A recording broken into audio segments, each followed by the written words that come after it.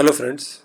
आज जो हम टॉपिक डिस्कस करने वाले हैं वो है center moves bill in house to stop retrospective tax. तो चलिए इस टॉपिक को डिस्कस करते हैं। The government has introduced the taxation laws amendment bill 2021 in Lok Sabha. तो एक नया बिल इंट्रोड्यूस किया है गवर्नमेंट ने लोकसभा में, जो कि रेट्रोस्पेक्टिव टैक्सेशन को रिलेटेड है। The bill aims to amend the Income Tax Act 1961 and the Finance Act of 2012, prevent the income tax department from raising tax demand retrospectively मतलब अभी मैंने एक लॉ बनाया सपोज 2021 में, और मैंने आपको कहा कि 2015 से मुझे पीछे जाके जो भी आपने कुछ आपका इनकम आया होगा जिसके ऊपर तब कोई लॉ नहीं था, तब कोई रेगुलेशन नहीं था और आपको उसके ऊपर टैक्स पे करना पड़ा, तब नहीं करना पड़ा, लेकिन अभी आपको उसके ऊपर पे करना पड़ेगा।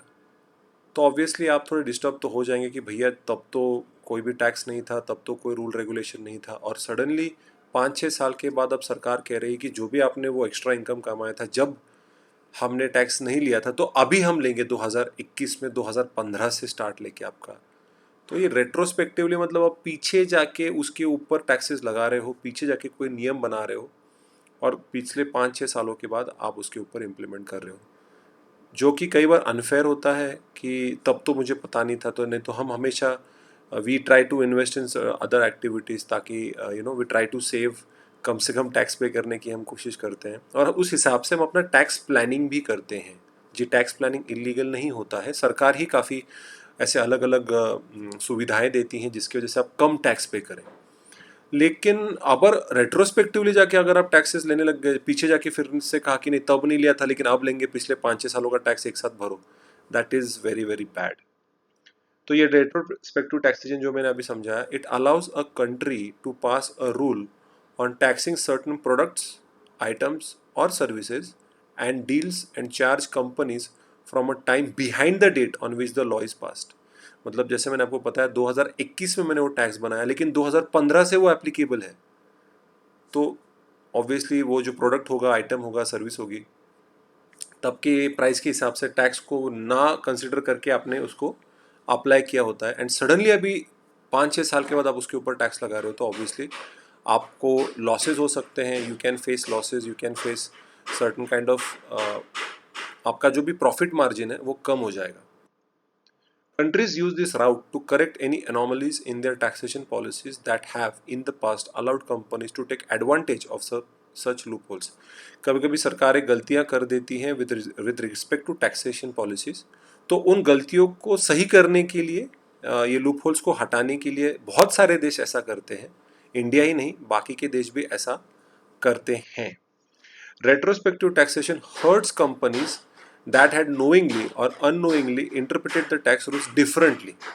ठीक है, इंटरप्रिटेशन कुछ अलग कर दिया या तब था ही नहीं ये रूल, तो डेफिनेटली उस हिसाब से आप अपना टैक्स प्लानिंग करते हो और आपको आपका प्रॉफिट मार्जिन या आपका लॉस हो सकता है, प्रॉफिट मार्जिन कम हो सकता है।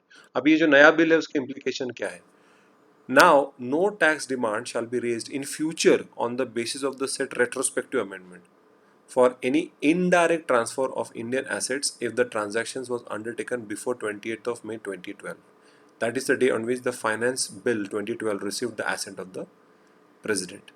ठीक है, तो किसी भी तरीके का indirect transfer of Indian assets, ठीक है, नहीं होगा।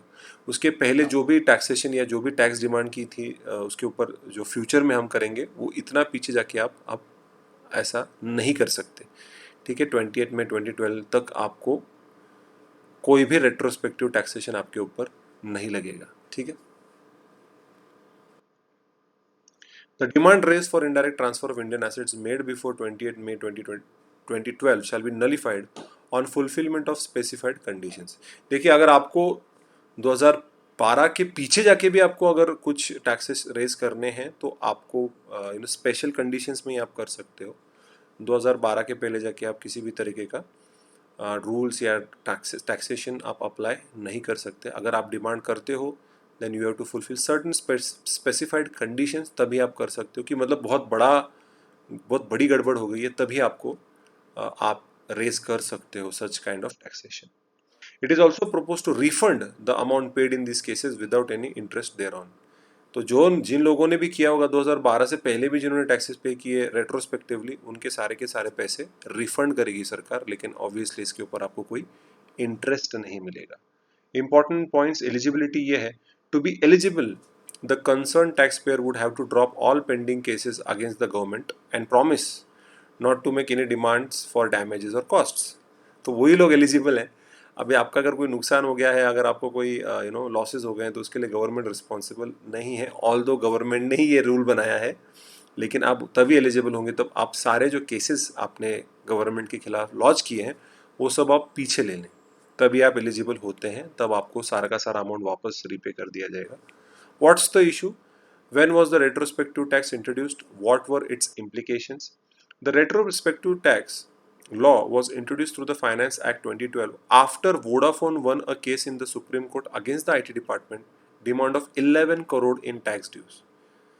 तो देखिए, वोडाफोन ये केस जीत गया, ठीक है, और फाइनेंस एक्ट 2012 में ही ये रेट्रोस्पेक्टिव टैक्सेशन का नियम बनाया गया, और उसके बाद सरकार को पता चला कि ये रेट्रोस्पेक्टिव टैक्स लॉ कुछ ठीक नहीं है। This law became necessary after the Supreme Court in 2012 ruled that gains arising from indirect transfer of Indian assets were not taxable under existing laws. मनाना ही पड़ा। सुप्रीम कोर्ट ने ही बोला कि देखिए, कोई भी इनडायरेक्ट ट्रांसफर अगर होता है इंडियन एसेट्स का, so they will not be taxable under the existing law. Supreme court के ही आदेश थे, ठीक है, कि आप ऐसा टैक्सेशन नहीं लगा सकते। Retrospective tax provisions were also applied to Kane when it was exiting from Kane India Limited in January 2014. The initial demand was for 10,570 crore rupees. तो आप देख सकते हो कि यहाँ पे ये जो एसेट्स हैं, कंपनीज हैं, जैसे वोडाफोन है, केन इंडिया है, ये जब भी आप ये एसेट ट्रांसफ़र करते हो तो उसके ऊपर कुछ ना कुछ तो टैक्स लगता है, ठीक है। तो ये रेट्रोस्पेक्टिव टैक्सेशन इन देशों, इन कंपनियों पे लगाया गया, जो कि एक्चुअली उनको तब पता भी नहीं था कि ऐसा कुछ आगे जाके कुछ रेट्रोस्पेक्टिव टैक्स लगेगा और उनको बाद में उसके ऊपर टैक्स पे करना पड़ेगा। सिग्निफिकेंस ये है, the move attempts to end long pending disputes with foreign firms such as Vodafone. The move is also investor friendly and also brings to an end messy litigation and arbitration, especially with Kane, which has seen the company staking claim to India's overseas assets. वो that was the topic guys. Offline batch हम start करने वाले हैं mid सितंबर में। तो जो लोग interested हैं यूपीएससी के प्रिपरेशन में, एमपीएससी के प्रिपरेशन में, तो एक ऑफलाइन बैच हम पुणे में स्टार्ट करने वाले हैं। और जो बच्चे अटेंड नहीं कर सकते उनके लिए हम ऑनलाइन भी side by side batch conduct करेंगे। तो चाहे आप जनरल स्टडीज़ का प्रिपरेशन कर रहे हो या सोशियोलॉजी ऑप्शनल के लिए स्टडी कर रहे हो, चाहे वो ओवरऑल पूरा सिलेबस कवर करना हो या टेस्ट सीरीज़ करनी हो विद रिगार्ड्स टू सोशियोलॉजी, आप डेफिनेटली मुझे अप्रोच कर सकते हैं। मेरा कॉन्टैक्ट नंबर और मेरा ईमेल आईडी यहाँ पे मैंने मेंशन किया है। हमारा टेलीग्राम चैनल है, फेसबुक पेज है। आप डेफिनेटली मुझे ये सारे सोशल मीडिया के थ्रू मुझे अप्रोच कर सकते हैं। Till the next video, thank you very much for listening to the whatever I have said. Thank you.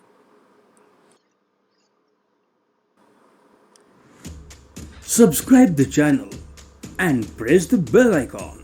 Never miss an update from Aditya Kedari Knowledge Hub.